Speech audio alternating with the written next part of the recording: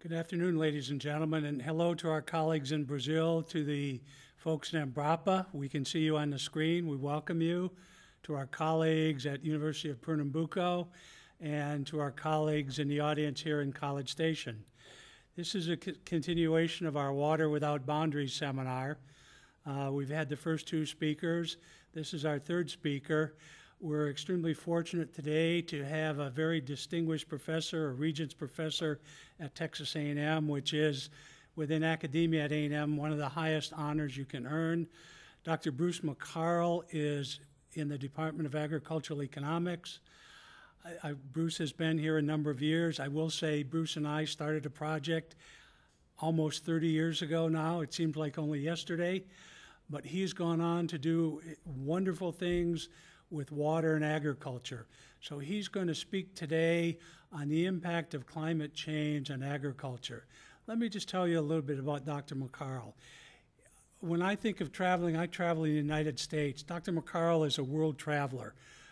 He was in Chile last week. I saw him, it was on Friday. He had just got back Thursday night. He was a little blurry-eyed. He had to teach an economics class. I make this point just because he's a world traveler. He's done extensive work, as I said, on climate change, water, and impact on agriculture from an adaptation to a mitigation standpoint. But importantly, he served on IPCC, the Intergovernmental Panel on Climate Change, and in 2007, this panel was awarded the Nobel Prize. So in a sense, Dr. McCarl is a Nobel Prize winner. And so that speaks to his reputation, the body of work that he's done. And he's a wonderful speaker, an entertaining speaker. And so please join me in welcoming Dr. Bruce McCarl.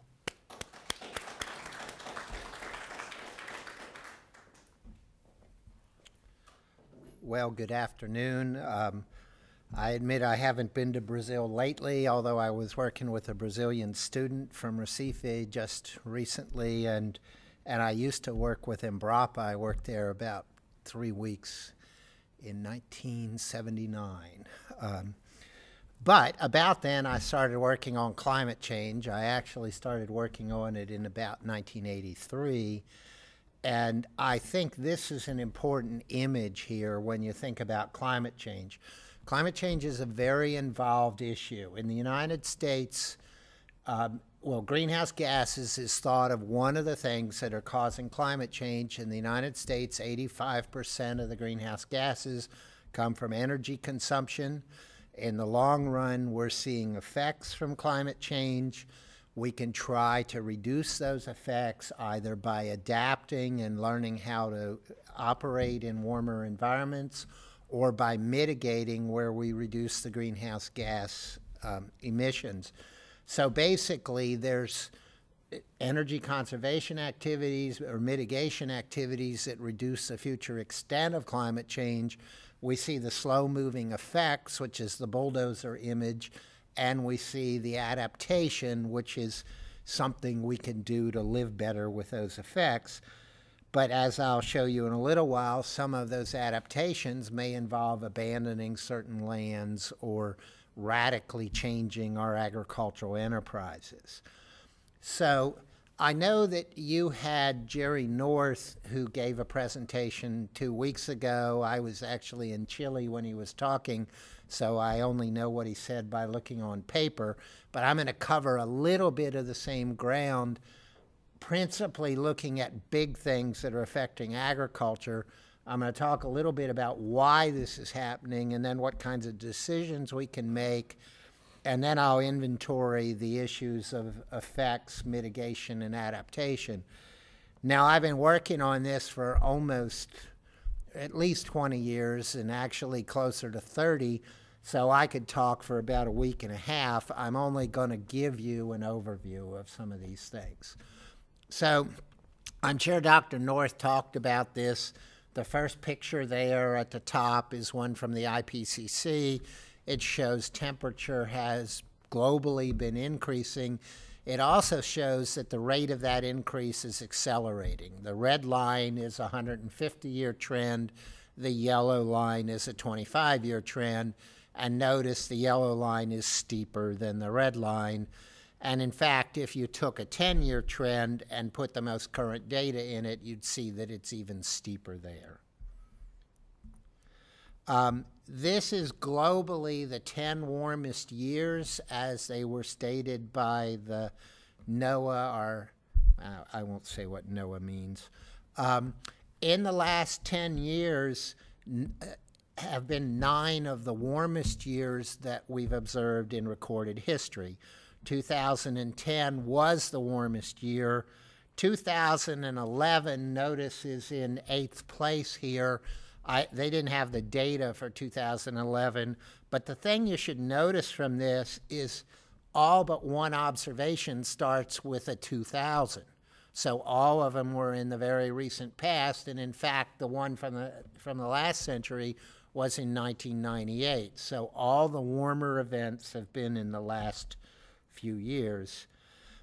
When we look at what's happened during this year, this is a comparison of the warmest years in North American history.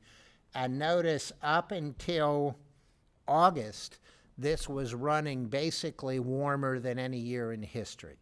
So right at the moment, we're working on the next warmest year, at least in North American terms. Now, when it gets hotter, agriculture will be affected. Agriculture will be affected in a couple of different ways. We know, for example, in the United States, you can grow rice in this part of the country, but if you get to the far northern parts of the country, you start growing things like canola that won't satisfactorily grow here. The temperature will likely cause shifts in the bands where things can be grown. Precipitation is also at issue. When it gets hotter, we have greater amounts of adaptation, greater amounts of evaporation. I looked at the clock, which was a mistake. Greater amounts of evaporation, and we've seen globally greater precipitation. The real issue, though, is where will that precipitation occur and what form will it take? This is a truly hideous picture from the IPCC 2007 report. It's not blurry because I want it to be. It's blurry because it's not a good image in that report. But the blue areas in this report show areas where the intensity of rainfall is increasing. Now, if you think about agriculture, what that means is across a month, how much rain comes in the 3 wettest days, and we're seeing increasingly more in those time periods in most areas of the country and in a lot of areas there in Brazil. So basically, this is not a good development for agriculture. It means you get more of your rainfall from thunderstorms, less of it from the gentle frontal rains, which we need for agriculture. Drought. This is a graph from 1900 to 2002 of the shift in drought incidence. And notice there are areas in Africa and Brazil where, and some in North America, up in Canada, where droughts are getting worse. In Texas, it happens to be getting a little bit better across that whole time period. But I think the last 10 years would look somewhat different than this historical data. I haven't seen that particular graph. Also, the bottom little bar graph shows that the incidence of drought globally is increasing. So that's sort of the background for agriculture. It's currently hotter. We're currently seeing a little bit more rainfall. We're currently seeing more concentrated rain. We're currently seeing more droughts. If you went and looked, you could also find more extreme events. You could find an uneven distribution of rainfall where certain areas like Texas are having less, but certain areas further north are having more. So the question is, what's projected? Well, this is the projection graph from the IPCC 2007 report. They're actually is currently this graph from the brand new IPCC report, but it won't be released for a year. Plus, this graph gives different plausible futures. The red graph is what happens if we don't do much at all on mitigation. We just keep going the way we are. The green and purple lines there are various degrees of reduction in greenhouse gas emissions. The yellow graph down at the bottom is what happens if we stopped emitting right now. Notice even under the yellow graph, we expect the temperature to keep increasing because it takes a long time for the Earth to come into equilibrium, given that some factors have been applied. The other thing you should notice there is most of those lines, the upper ones, not the yellow one that stops emissions, basically don't show much reaction till the middle of the century. And I'll have a little more to say about that in a moment. But also the purple star is important because in that star, that shows where we are with respect to emissions the last few years. We're actually emitting faster and warming faster than the projections, any of the projections in the 2007 report. So climate change is proceeding at a more rapid rate than we thought it would be 5 or 6 years ago. This, I think, did Dr. North use this exact graph? I think he might have, although I'm not sure. But this shows areas where we expect it, how we expect the rainfall to change. And the browner areas in this picture are the areas where we expect greater drought, lesser incidence of rainfall. And generally, this is in what we call the subtropics. Notice that Texas is pretty vulnerable in the December, January, February panel on the left side, and Brazil is fairly vulnerable in the panel on the right side, which is June, July, and August. So this shows both of our countries are at some substantial amount of risk to be drier into the future. So the next question is why? Why are we seeing these kinds of dislocations in climate? Well, in the year 2000, U.S. National Climate Change Assessment, I was part of the agricultural part, they had this picture. And what this picture shows is the underlying reasons, which is the greenhouse effect. Namely, radiation comes in from the sun, hits the surface of the Earth, and is reflected back out into space. But if you have greenhouse gases, that serves as a mirror, and it reflects some of that radiation that ordinarily would have gone out into space back into the Earth system. Some of that holds heat. I remember back at the time that everybody was excited about the Nobel Peace Prize that the IPCC got, I had to go stand in the greenhouses across campus in January and have my picture taken, and it was nice and toasty in that room. The reason being that the sun's rays enter through the glass, hit the white surface, and they go to get reflected out, but the glass reflects things back in, so that greenhouse is warmer. Same sort of thing is happening with the climate and with the Earth. Atmospheric CO2 is one of the driving forces. Jerry, I'm sure, had a graph like this. I started working on climate change in the mid-'80s. At that particular point in time, the parts per million of carbon dioxide in the atmosphere was about 345. Right now, it's about 392. So we've changed the atmosphere more than 10% in a 25-year period. A pretty dramatic change when you consider the absolute size of that atmosphere. If you counted methane and nitrous oxide, this number is closer to 450 parts per million on an equivalent basis. That's one reason the Europeans abandoned their goal of stabilizing at 450 parts, because we're just about to pass that thing and we're not showing any signs of slowing down in emissions. Notice, I think this last year was the highest emission year ever that had been recorded. So we're not slowing down, we're actually accelerating. The greenhouse gases come from a combination of forces.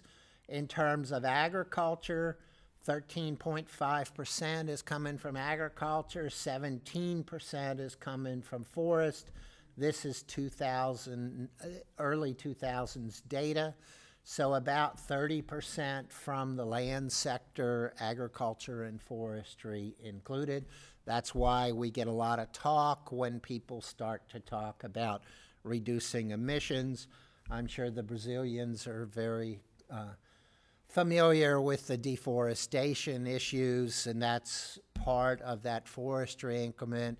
In agriculture, we worry some about livestock and rice and other sorts of commodity or other sorts of production. Now, in order to stabilize greenhouse gases in the atmosphere, you get a stabilization where the net rate of emissions equals the net rate of natural destruction. And basically, that works out to about 1 ton per capita for people. The U.S. is currently close to 20 tons per capita per person. Is Brazil in this picture? Yes, Brazil's in this picture. Brazil's relatively close to the stabilization level.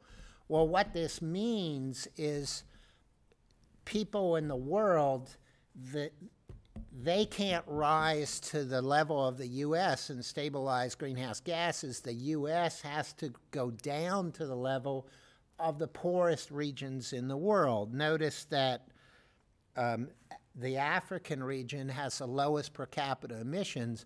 If we're going to stabilize, the U.S. has to fall to there. In the process of development, the rest of the world can't necessarily rise to the U.S. This is a huge challenge because the U.S. and other countries can't say you can't have energy because energy is highly correlated with economic development. What we have to do is find a way that other areas of the world can have the economic development without having the degree of emissions that we're currently experiencing in the U.S.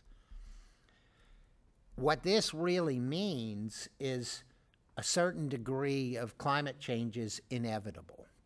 We're emitting at a very fast rate. It's going to take us a while to get down to stabilization levels. Now, in terms of agriculture, given this background, what would climate change do to agriculture? Well, warmer conditions are going to increase water and transpiration demands. We're going to see greater competition from cities. In some places, we'll see less fresh water. I didn't show this picture, but the forecast for Texas by 2080 is our average water conditions will be what we saw last summer. So the big drought of last summer will be the normal conditions. That won't be the dry conditions if we continue going the way we are. More water in infrequent events, more storms, more pests, less grass, less suitability for livestock to graze here because we'll have less grass. Poleward crop migrations, things going south in Brazil, going north in the United States. In places, lower water quality, inundated facilities, the prices on greenhouse gas emissions, and higher priced energy. So there's an awful lot of risk items here that face agriculture. This picture, I don't want to discuss a great deal, but it sort of summarizes all the types of forces that could happen and influence agriculture and other things. Notice across the bottom we've got changes in land use, loss of biodiversity, invasive species, more air pollution, more acid deposition, water pollution, and algae blooms. We also have sea level rise, increased extreme events, and then in the mountains, decreased snowpack. All of these things we've observed happening, and all of them are likely to get accelerated. So what's our decision space? This is the grand challenge. We're affected by it, and it's accelerating. Things are getting warmer at an accelerated rate. Well, we can pretty much do three things. we can decide to wait for more information. In 2001, when the presidential administration came in, their argument was, we don't know enough about climate change, we're going to wait. To some degree, the U.S. is still waiting. No cap and trade, not a big adaptation program. The other things we can do is start to plan to adapt. Now, I'm sure Embrapa and other research organizations in the U.S., in Brazil, plus in the U.S., are working on how crops can be more drought tolerant. What we're really trying to do there is adapt. If it gets drier, can we produce as effectively as we can now with a lower water supply? The other possibility is to mitigate emissions. Now, in climate change, the word mitigate means reduce greenhouse gas emissions. I was in Chile evaluating proposals 2 weeks ago, and 80% of the teams thought it meant to reduce the effects of it getting hotter. Mitigation, though, is reduction of greenhouse gases. So adaptation is how we adjust to it getting hotter, not mitigation. So there's three elements. We can mitigate reducing greenhouse gases, we can adapt, or we can accept the impacts. And basically, we have this kind of a decision space. If we spend a lot of money on mitigation, we have a lower degree of climate change. If we spend a lot of money on adaptation, we have lower damages from climate change. If we don't spend any money on mitigation or adaptation, we end up in the highest level of damages from climate change. And we're probably going to operate somewhere in the middle. There's a lot of talk in the U.S. about carbon footprint, but we don't really have very strong policies that cause people to reduce their carbon footprint. So the policy challenge is the climate's likely to keep warming. The big dislocations are 50 to 100 years from now. A lot of the mitigation costs are encountered right now. The adaptation costs are kind of continuously encountered. The effectiveness of adaptation and mitigation are uncertain. We don't know if we reduce a given volume of greenhouse gases exactly how much the temperature will respond. Unilateral action on mitigation is not effective. If you go to a country like Colombia, if they reduce their emissions, basically they don't change things very much if everybody else continues going the way it is. The U.S., if it conformed to the Kyoto Protocol and nobody else did, makes hardly any dent in future climate change. So unilateral action is not effective. We need coordinated global action if we're going to get anywhere on the mitigation side. There's also resource competition. There's a lot of things that say grow more forests. There's also things that say shift southward in order to accommodate, in Brazil, hotter conditions. Well, those things can be in conflict because the same land may be used for either one, or certainly in the U.S. we can raise more forests in the north, or we can shift croplands to the north, one for adaptation, one for mitigation.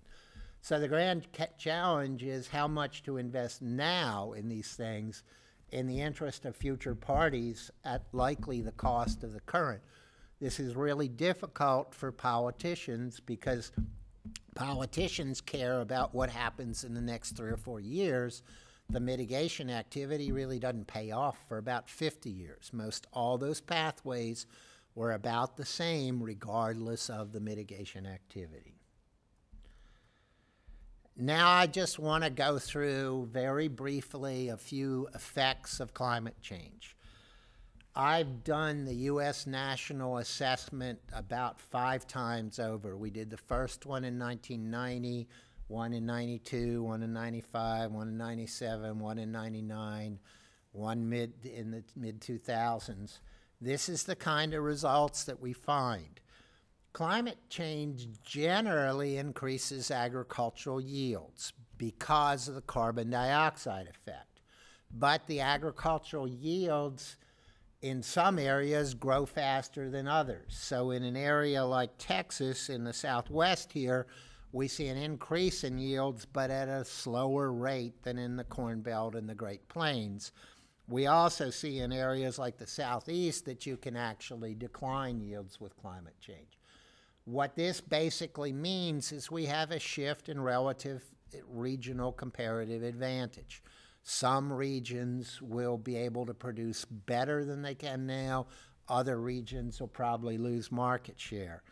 The last analysis I did for Texas showed 20 to 30% less cropped acreage in Texas because of the effects of climate change.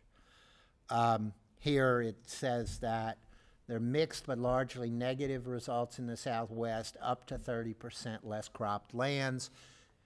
I'm sure you're familiar with areas that are hotter than here in College Station, or areas that are warmer than the areas you're living in, and generally in those areas they tend to have more livestock. So what we see is in the hotter areas we see a shift from cropping over into livestock.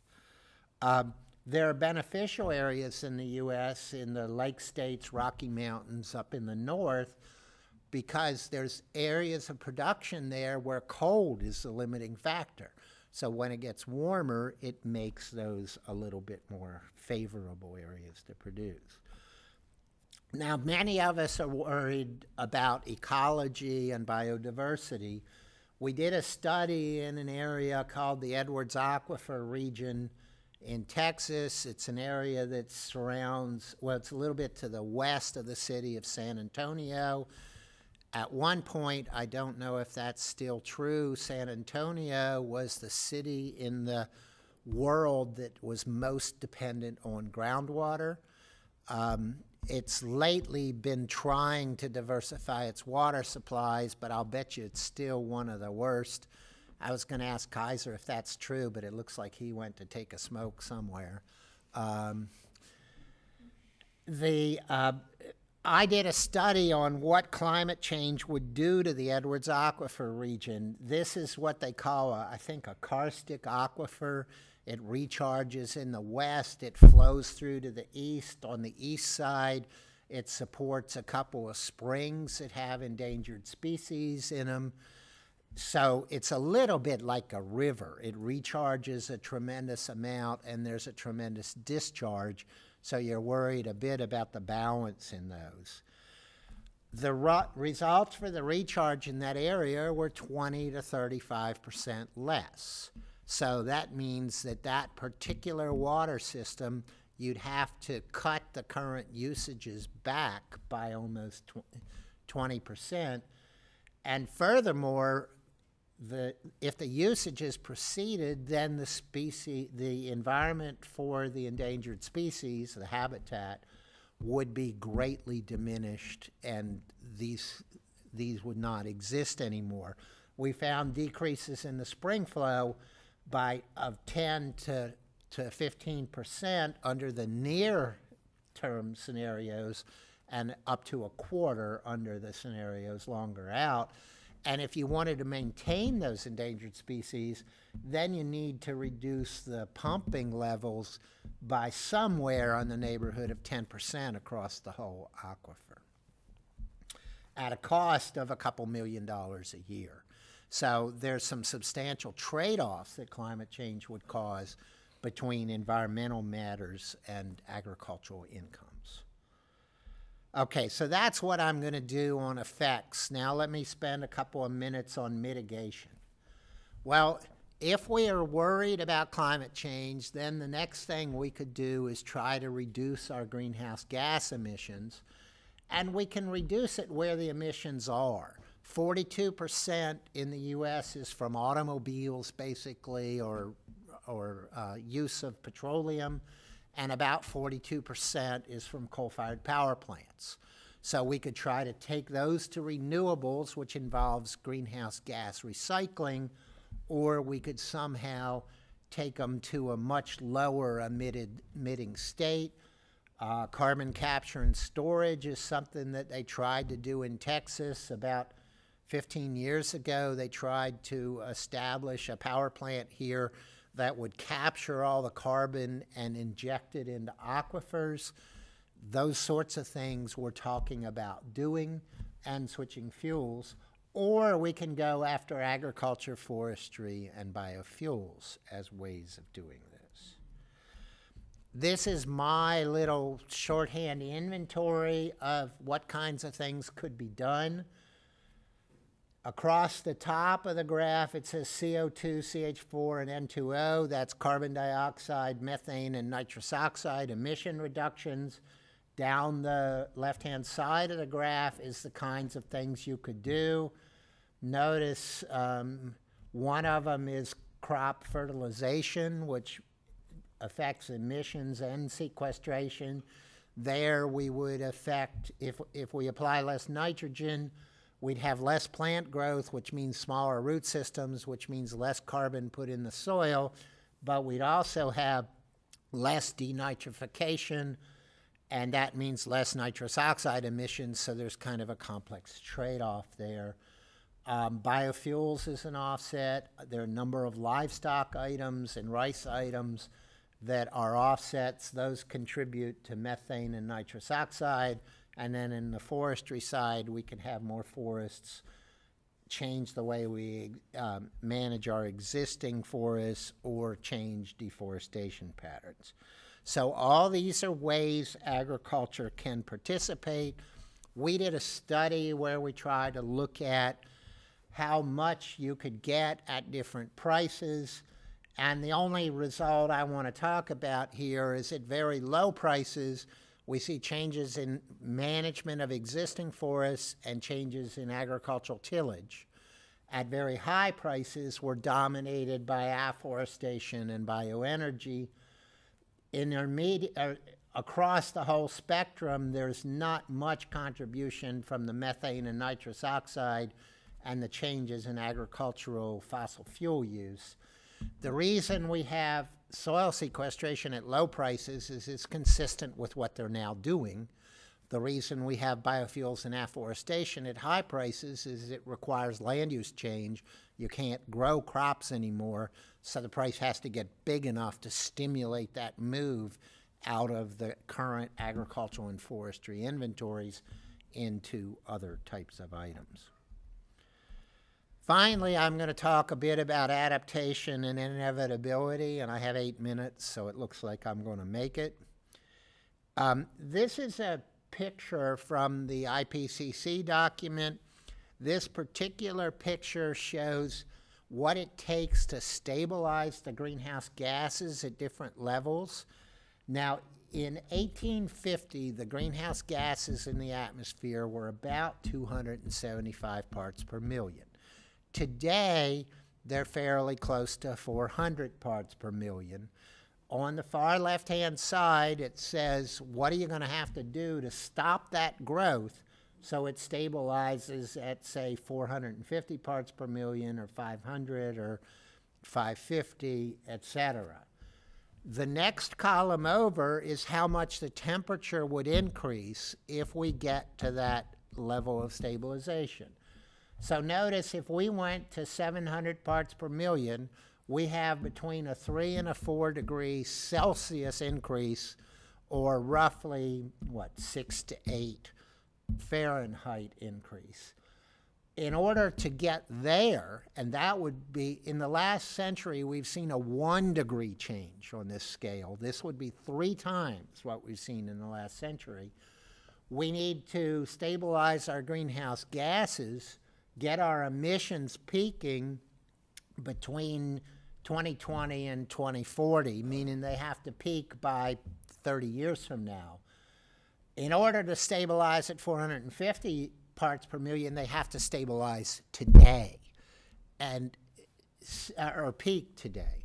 So you have to start going over. Well, right now, we're not going this way, we're going that way. We're increasing at an increasing rate. By, say, 2050 or 2075, we have to return back to 2000 levels to peak at 700 parts per million, which is almost 3 times pre-industrial levels. And that's a huge reduction. So what this shows to me, given we're increasing at an increasing rate, is the younger of you here are going to see the 700 parts per million. You're going to see the tripled carbon dioxide, not the double. And that means we better, as agricultural researchers, start spending time on adaptation, because it's going to get a heck of a lot hotter before it starts getting cooler. Notice see the little bar on the right-hand side, the blue one and the little star? And see the graph down at the bottom? The blue line in the graph down at the bottom is carbon dioxide levels for the last 500,000 years. And what we're talking about is going up there to that red star if we go to 700 parts per million. Unprecedented. We certainly will be able to sail through the Arctic by the time we get there. We'll probably have melted all the ice that's up there. I want it page down. There we go. This is another little part of the story here. This is the rate of CO2 emissions. This is data that goes from 1752 to 2002. It's not contemporary. China is the little red bar in there about part way up. I guess it looks kind of maroon here, doesn't it? I can't tell from this angle. And the blue is the U.S. at the bottom. What do you see there? What's the size of China relative to the U.S.? Well, it's roughly 2/3 of the U.S. in that picture. Anybody know where it is today? 10 years later? It's bigger than the U.S. It's probably at least 110% of the U.S. They were able to raise their emissions, almost double their emissions in a 10-year period. Now, why'd that happen? Economic development. With energy, with money comes, or with money, with better standards of living comes a lot of energy use, and with energy comes CO2. This is why we're very unlikely to peak anytime soon, because notice India is quite small there. That's the 3rd most populous country in the world. And I don't even see Indonesia on there. There's a whole bunch of other countries with great suppressed growth. We expect emissions to continue for quite some time given the economic conditions in the world. Now, this adaptation can either be autonomous or planned. Adaptation, a farmer will adapt. If you make it warmer, the farmer may suspend cropping and go to livestock. The farmer may increase irrigation. The farmer may plant earlier or plant later. The farmer may spray more pesticides. That's autonomous adaptation. However, there's also planned adaptation. If New Orleans is likely to flood because of sea level rise, we may need to either abandon New Orleans or build bigger dikes around the city. That's planned adaptation. In agriculture, development of new drought-resistant varieties, this all takes public monies. So there's an important public role here as to what sorts of things we might do. The means to adapt are some kind of research extension, do public adaptation, research extension, capital investment, and we can look at irrigation, drought-resistant varieties, and a number of other possibilities. So now what? Well, we can plan to adapt because it's inevitable we're going to get warmer. It takes 20 agreements the size of the Kyoto Protocol to stabilize. We can't get one. In the U.S., we're not participating. It takes a long time to stabilize. We may want to undertake some kind of precautionary action, develop new varieties. The other thing economists think is that we ought to price these greenhouse gas emissions. If I tell an electrical generator it costs $30 a ton to emit carbon, we stimulate innovation. All the bright young scientists go out there and they're trying to figure out better ways to produce that electricity with less greenhouse gases. So the economists think it's important to pass a price signal so we can begin production patterns that use less greenhouse gases. We can also reduce our carbon footprint with moral suasion. We can do planning with greenhouse gases in mind, take actions on mitigation and on adaptation, and mobilize the energy industry, since that's one of the biggest sources of emissions. So regardless, what's going to happen with climate change is highly uncertain, and I think there's very little doubt we're going to be squeezed by these factors, whether we spend a lot of money on mitigation, a lot of money on adaptation, or incur a lot of climate change effects. So I think we're vulnerable. I think we'll be squeezed. Agriculture's certainly going to be part of that. And now I'll stop, and you don't have to wave any cards at me. I do have a page here, if you get the thing, of various references that I used, but that's the end. So how do we do this? Questions here? Don't be bashful. Should I just ask myself a question? No.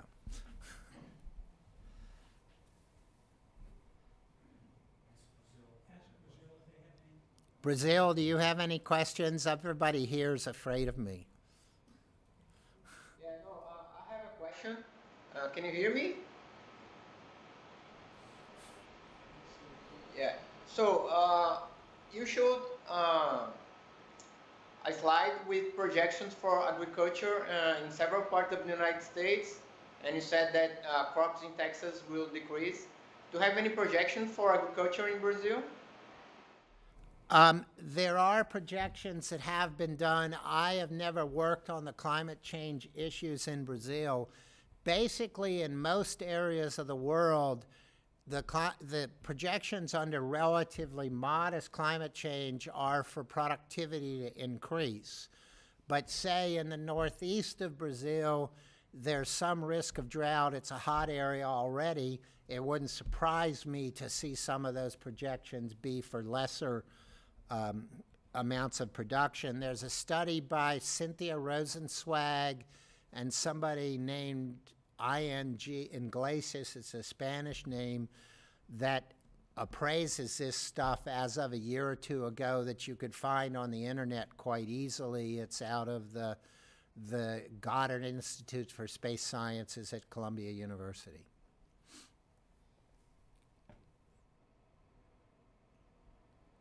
I did projections for Mexico. They declined pretty dramatically.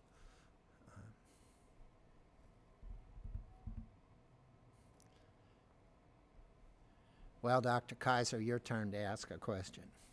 So, Dr. McCarl, you presented a lot of alternatives. If we made you king or put you in a position of authority to bring something about, particularly on the impact of agriculture, what would you tell ag producers to prepare for? Well, unfortunately, this isn't a one-size-fits-all solution, because if you look at graphs like the one I'll bring up here in a second, if you look at a graph like that, notice that it shows a wetter future for northern North America, a wetter future for a lot of Europe, but a drier future for down here. So down here, we pretty much know it's going to be warmer, but we also are fairly sure it's going to be drier. So in this particular area, we need drought-resistant varieties. I recently did a study that showed that as it warms in the Southwest, we're seeing land migrate from cropland to livestock. So you ought to be looking at the alternatives. In the Edwards Aquifer, you probably ought to start watching to make sure that your crop production will continue, and at some point you may want to migrate some of that land to livestock. In the northern parts of the country, we probably need to solve problems regarding water logging. So it's a little bit of a different situation depending on where you are. Everybody should expect it to be hotter. Again, tapping on our colleagues down in Brazil, are there other questions? Certainly the folks in Embrapa may have a question, or folks at University of Pernambuco. Don't be shy.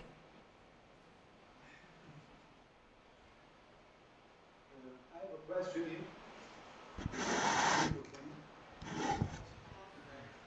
I have a question. You didn't mention, or maybe we didn't get this part, increased consumption of beef in Asia, or the question of the consumption of beef in general. Raise this issue, but one of the other climate change mitigation strategies regarding agriculture that some people propose is to use a less meat products intensive diet.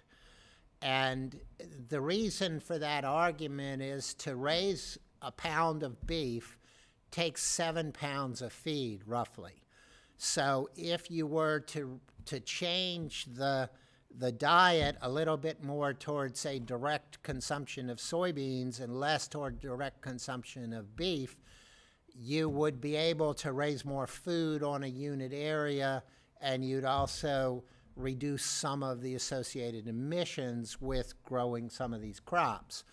On the other hand, there's about 3 faults with that line of argument, one of which is throughout much of the world we're short on protein, and meat is a very important component of many diets.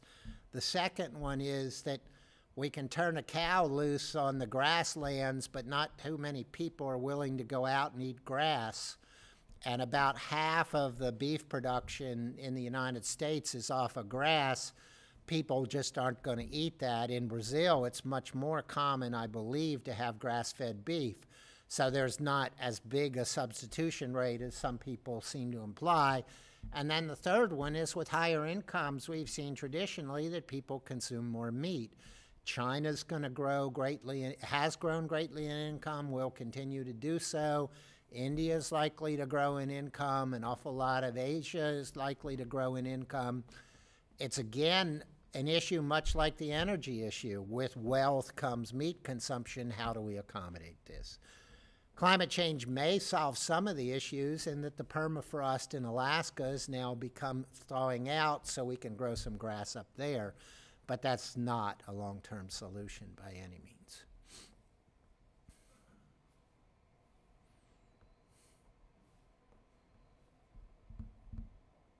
Other questions from Brazil?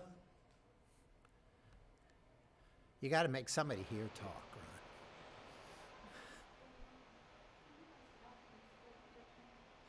Ron. Dr. McCarl, you know, you've looked at the American Southwest. How far into Mexico would that extend? Because the northern part of Mexico in many ways is like the Southwest.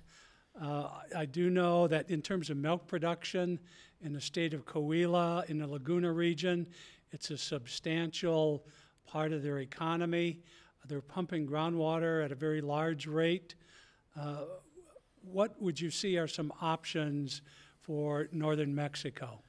Well, again, it comes down to the adaptation issue. You know, how can you raise the feed without using as much water? How can you raise the feed for those animals in hotter conditions? So we need agricultural breeding sorts of things. There are people who want to put genes from sorghum into corn or genes from millet into corn because sorghum, millet, and cotton are much more drought tolerant than traditional corn is. The other side of the story, though, is that there's a paper by Seeger in Science a few years ago, and it projects the water future of the American Southwest. And it starts going straight north from Houston, goes up into Colorado, and goes all the way to California and well down into Mexico. And if that thing comes true, what it says, it's extremely unlikely that we're going to be able to produce many crops that aren't irrigated in this part of the world. So it really could have some dislocation effects on Mexico, and we really need to figure out a way to adapt. Dr. McCarl, one of the interesting things that we've wrestled with is the so-called cap and trade in this country, which is really a wonderful economic theory as a way to use price and a way to engage in trading. But we've seen politically the difficulty in selling cap and trade. In many ways, if you think about what happens in Brazil to reduce whatever emission you're after. One option is to use these economic models and economic theory to deal with this. Any insight as to how we might approach this, given the reticence politically to move forward in the United States on that basis? Well, I'm currently doing economic analysis for the United States Department of Agriculture, where what they are interested in is what they call opt-in greenhouse gas trading. And what they really want to do is move toward a conservation program, where the conservation program is that there are subsidies if you'll adopt practices that reduce greenhouse gas emissions. So we're again talking about passing a price signal, but we're trying to think about making it voluntary as opposed to making it mandated by the government. The real issue is one of what the perceptions are. There are people in the United States that, regardless of the evidence, don't believe climate change is happening. I'm used to having a comment in here about whether this is all coming from volcanic cracks or sunspots or whatever. You know, there's an awful lot of theories, and the real question is, how much do people believe, and are you willing to take some of the current dislocation in production in order to achieve gains that may not accrue until your children are around or your grandchildren? And so it's a very difficult political question. My research agenda has switched from an agenda of mitigation to an agenda of adaptation. I think practically, for the near term, we really, as agricultural scientists, got to look at ways we can produce better in a hotter environment.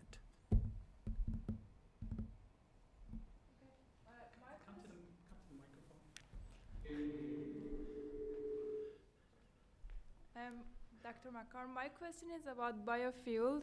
I want to see if if really biofuel can substitute for fuel, and if it is, is it worth for the countries to invest on biofuel, and is it profitable for them, or they can just work with subsidies from the government? Thank you very much. Well, somebody in Brazil probably ought to answer some of that, because a tremendous amount of the fuel in Brazil is coming through sugarcane ethanol.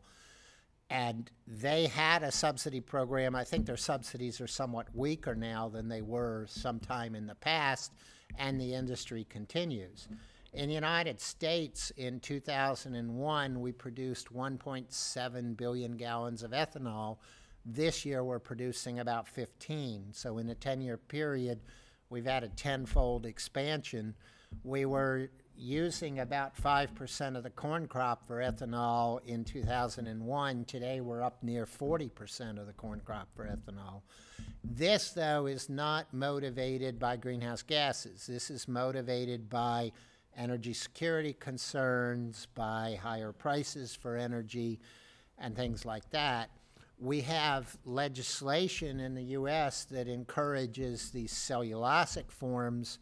We also have a major concern in the U.S. about biofuel expansion, in that it causes agricultural commodity prices to go higher, and then other areas of the world and the country take lands out of their traditional use and move that into production of biofuel. One of the big concerns is in Brazil as to whether, with corn prices at $8.50 right now, might Brazil act to increase its agricultural lands and in the process reduce some of the carbon that it has sequestered historically.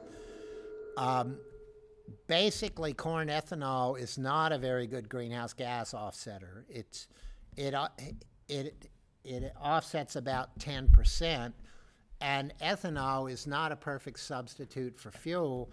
In the United States, I have yet to see a pump that's higher than 15% or 10% ethanol.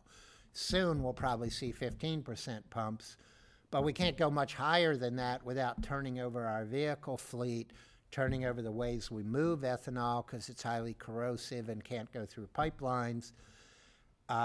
The real development we're looking for in the U.S. is whether we can go to drop-in fuels, which are perfect substitutes for gasoline, butanol, and other things like that. In Brazil, they've solved many of these problems.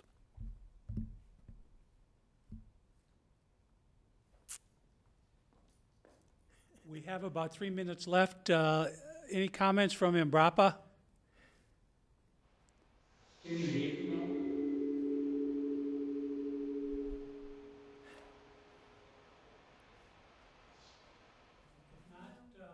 Dr. McCarl, thank you very much. Well, thank you.